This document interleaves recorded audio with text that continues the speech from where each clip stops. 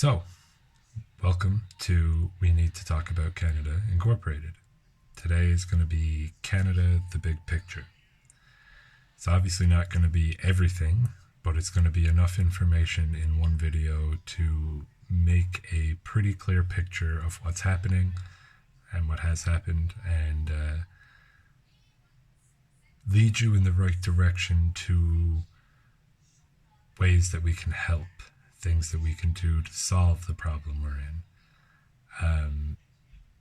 So when I touch on topics now, when I quickly glaze over them, I'm not going into detail because they've been discussed in prior videos. Those are on my channel. They're pretty quick videos. They're easy to watch.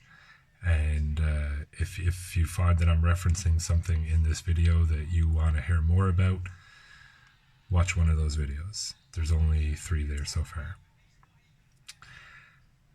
So, Canada, the Big Picture. We started as a corporation. In 1670, Prince Charles II granted his cousin Rupert legal authority to Rupert's Land, which was the area surrounding Hudson Bay and everything else. That was in 1670. That lasted until 1867, when we got the BNA Act, the British North America Act. This was passed, keep in mind, in UK Parliament, which it must because we were a colony. And when it was actually passed, it was delivered to Canada, to our Governor General,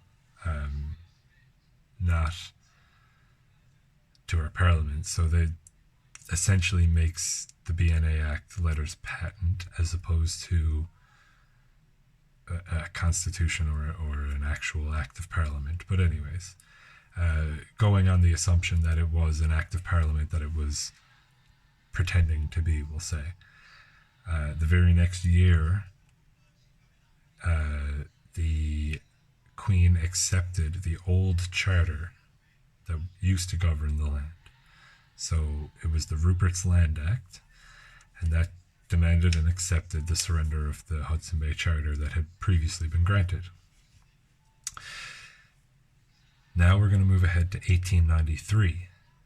We get to the Statute Law Revisions Act. This is where the BNA Act, as it were was repealed by the Queen.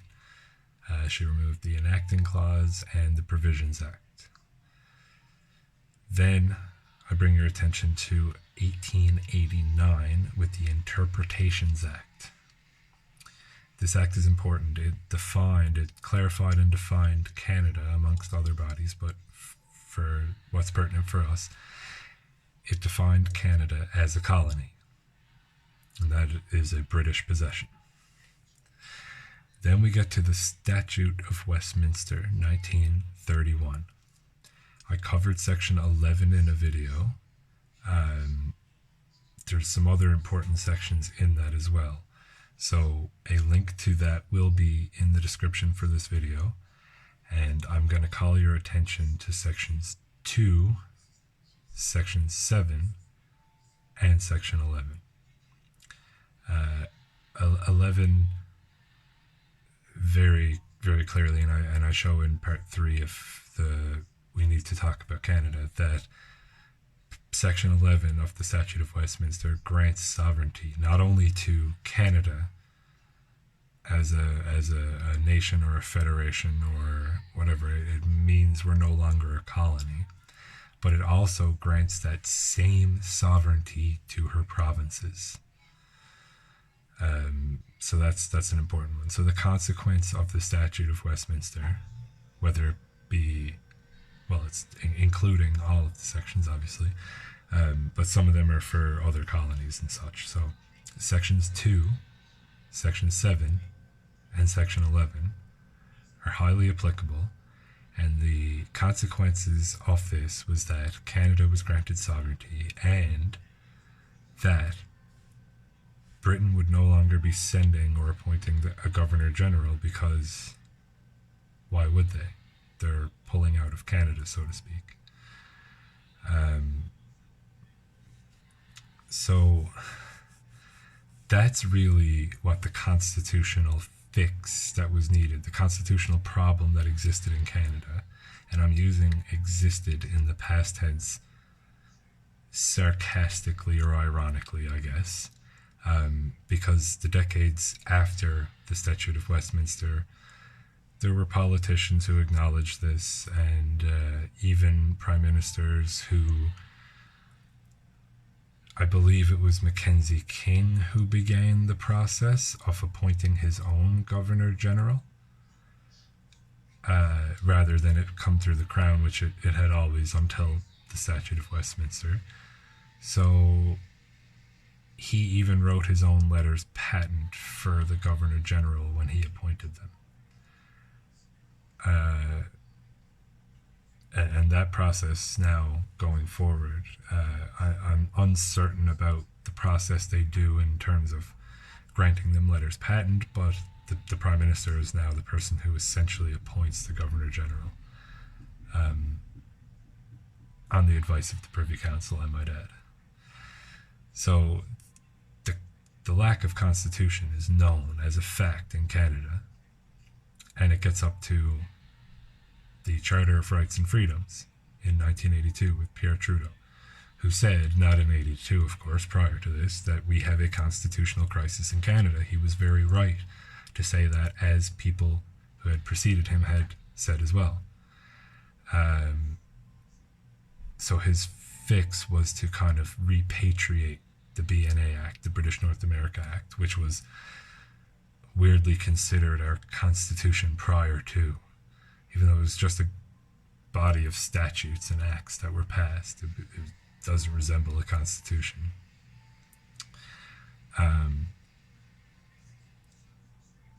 So he essentially wants to repatriate the BNA Act and, of course, add his own little charter of rights and freedoms. And this is going to fix our constitution, and that'll make the BNA Act plus his charter our constitution. And that is the case. When you open up your constitution, you can look at the schedule, in fact, and which is at the very end, and it'll show you all of the acts that they took from the BNA Act and simply renamed. And the reason they couldn't just reenact them is because the enacting clause had been removed from the bill, so the bill had no authority, right? So this is why Trudeau couldn't just pass another parliamentary act and establish our constitution. He still had to go through the Queen. And as I showed in, I believe, the first, at least, section, or the first video, part 1 of this series, the Queen made a proclamation. She came here on April 17th in 1982 and to grant it legal footing. And she made a clause, a subject. So the Charter of Rights and Freedoms can and shall take force subject to. And she made reference to section 59 of the Charter being satisfied, which to this day still hasn't. So that subject has not been removed, and therefore the Charter of Rights and Freedoms hasn't taken effect. So prior to 1982, we were a country in crisis without a constitution. This was openly acknowledged, and remedies were sought after, just incorrectly. Because what should have happened in 1931 or just after is that the people should have decided how they wanted to be governed, because they were granted that right and authority. That's what happened with the Statute of Westminster. So the sitting government of the time becomes de facto, and it is up to the people to sit a de jure government. Each province was granted this authority and this ability and this legal right. But it didn't happen, of course. And instead of allowing something like that to happen, or the people in power to kind of begin that process for the people, they continued to operate with the status quo, and even further trying to cement their own authority. And who can blame them? again, a sarcastic kind of way. They were in power under the falsehood of prior acts that were just treasonous in sense. But then they were given, well, we as the people were given the right to govern ourselves or to choose our own form of government, and they neglected to enforce that and continued to enforce their own de facto government. So we are no better off post Charter of Rights and Freedoms, and I might argue that we are in fact worse off, because we are operating under the guise that we have a Charter of Rights and Freedoms when we don't, because it's not enforced. But it's dangerous to assume it is and to play that game, because Canada is a corporation, as you can tell by the name, Canada Incorporated. And all they did in 82, or attempted to do at the very least, was to charter their incorporation, because that's what you do. The charter, you do that to a business or a company.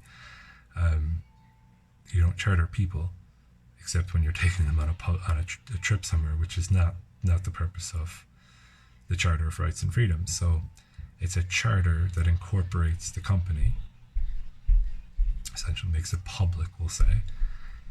And the charter only applies to a very select group of people, whom I referenced in the third video of this series. So you can find that as soon as you open up your Charter of Rights and Freedoms. Section 1, you click on that, and then towards the bottom there's the application section. And it very clearly spells out who the charter applies to, and only them. And you may be surprised to find out that you are not one of those people. So, to play along with the charade that the Charter of Rights and Freedoms is even in force and exists is dangerous, because people of the country operate under the guise that it is now protecting their rights and their freedoms. It simply isn't. It's used when it's convenient, and it's dropped when it's not convenient. So, and that's what happens when you don't have an actual constitution in a country. Changes can be made willy-nilly. Fundamental changes can be made willy-nilly, and the people end up losing their power because of it.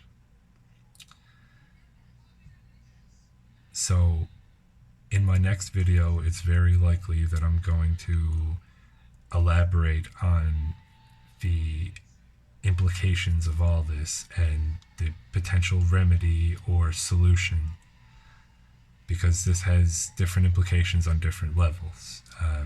At the very small individual level, you may start to realize what a statute is and how little jurisdiction it has over you if you apply your knowledge properly. On a community level, it means that your incorporated municipality that you're likely living in is just as de facto as the federal and provincial governments that are also ruling over you currently. And you may choose to try to live outside of those boundaries, or you may decide that those boundaries are fine with you. That's okay. On a provincial level, it means that every single government provincially is operating de facto right now, and each province has the right to sit their own de jure government. That process takes time, and it takes consensus, and it takes some document writing. And this is where education comes in, which will be in a further video, not this one. And each province doing this doesn't mean that we do it as a nation as well. That is an option that can occur, and it's a pretty sane option, because there are issues with Canada as it is right now.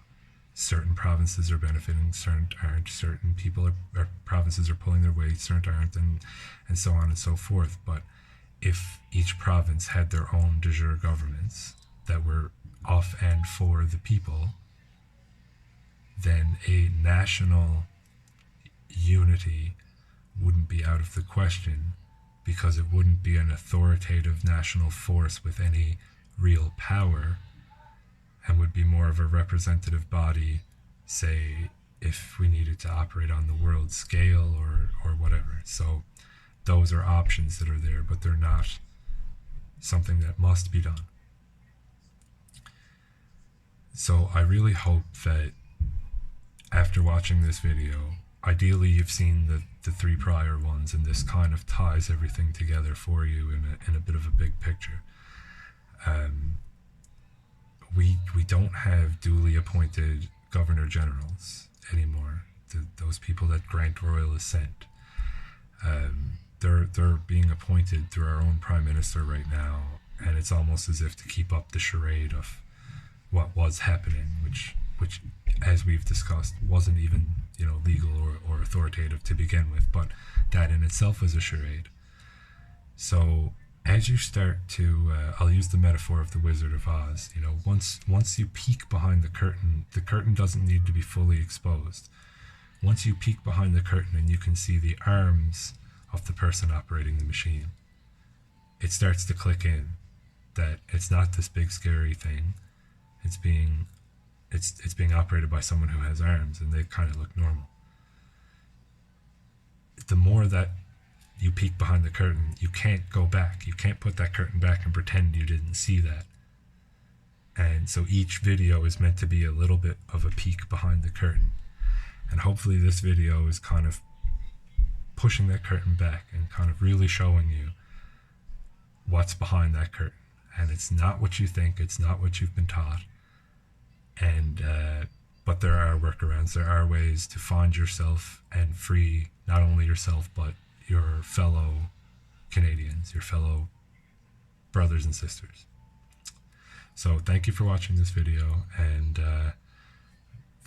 more to come. Cheers.